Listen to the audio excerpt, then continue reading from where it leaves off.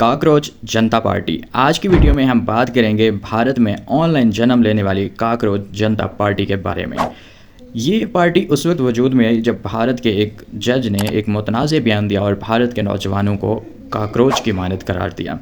तो उस दौरान नौजवानों के अंदर काफ़ी गुस्सा पाया गया और अमेरिका में एक स्टूडेंट दीपक नामी लड़के ने कॉकरोच जनता पार्टी की बुनियाद रखी और बेसिकली सोशल मीडिया के ऊपर उसने इस चीज़ को बनाया, इंस्टाग्राम पर और ट्वीट के थ्रू उसने इस चीज़ को रिकॉग्नाइज़ करवाया और देखते ही देखते इंस्टाग्राम के ऊपर इसके मिलियन में फॉलोअर्स बनते गए। और फिर इस प्लेटफॉर्म के थ्रू उन्होंने जो है ना वो भारत के अंदर आए रोज़ पेपरों का लीक होना और बेरोज़गारी और अदालती नाइंसाफ़ी और इन चीज़ों के बारे में उन्होंने आवाज़ उठाना शुरू कर दिया। तो देखते ही देखते ये काफ़ी वायरल होने लगी और कॉकरोच जनता पार्टी के नाम से एक काफ़ी अच्छी खासी पार्टी यहाँ पे वजूद में आने लगी, जो कि भारतीय जनता पार्टी से भी ज़्यादा फॉलोअर ले चुकी थी। तो जब ये चीज़ें सारी चीज़ें वहाँ पे दिखाई देने लगी तो फिर हुकूमत ने जो है ना इसके अगेंस्ट एक्शन लेना स्टार्ट किया और इसको जो है बाहर की जो है ना वो कहना शुरू कर दिया कि बाहर से इसे कोई फंडिंग आ रही है या बाहर से इसके कुछ लोग जो है ना वो इन्वॉल्व हैं। तो जब हुकूमत के ऊपर सख्त जो है ना वो तनकीद हुई, सख्त रद्द-ए-अमल आया, तो सोशल मीडिया अकाउंट्स जो है ना वो हुकूमत ने ब्लॉक करना स्टार्ट कर दिए और तहरीक से वाबस्ता जो मुख्तलिफ़ अफराद थे उनको दबाव और धमकियों का सामना भी करना पड़ा उन्हें हुकूमत की जानिब से और मुख्तलिफ़ हलकों से धमकियाँ भी मिलने लगी कि आप इस चीज़ को छोड़ दें और इस चीज़ में ना पड़ें और आप हमारे साथ शामिल हो जाएँ तो आपके साथ ये हो जाएगा, अदरवाइज़ उनके घरों में धमकियाँ और ये सारी चीज़ें। तो इसके बाद ये चीज़ें सामने आई कि बाज़ जो चीज़ें थी जिनमें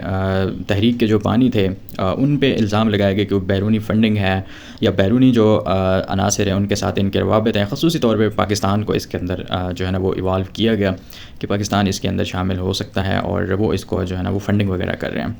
ठीक है, तो इस तरह की चीज़ें जो है ना वो दिखाई गई, लेकिन जो दीपक थे उन्होंने बार बार इस चीज़ को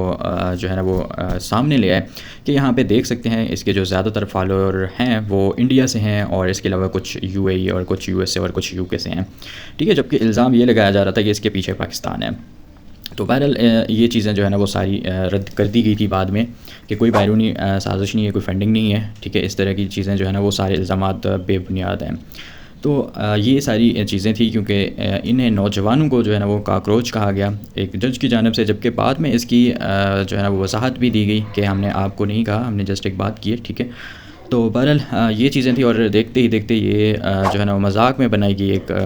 तहरीक जो कि एक पार्टी की सूरत हाल इख्तियार कर गई और एक अवामी तहरीक में बदल गई और लाखों लोग इसके साथ जुड़ भी गए। ठीक है, पहले तो ये मामला सिर्फ मज़ाहिया पोस्टों तक ही महदूद था, लेकिन बाद में जो है ना वो हकीकी मसाइल पर बात की और ये चीज़ें सामने आई। ठीक है,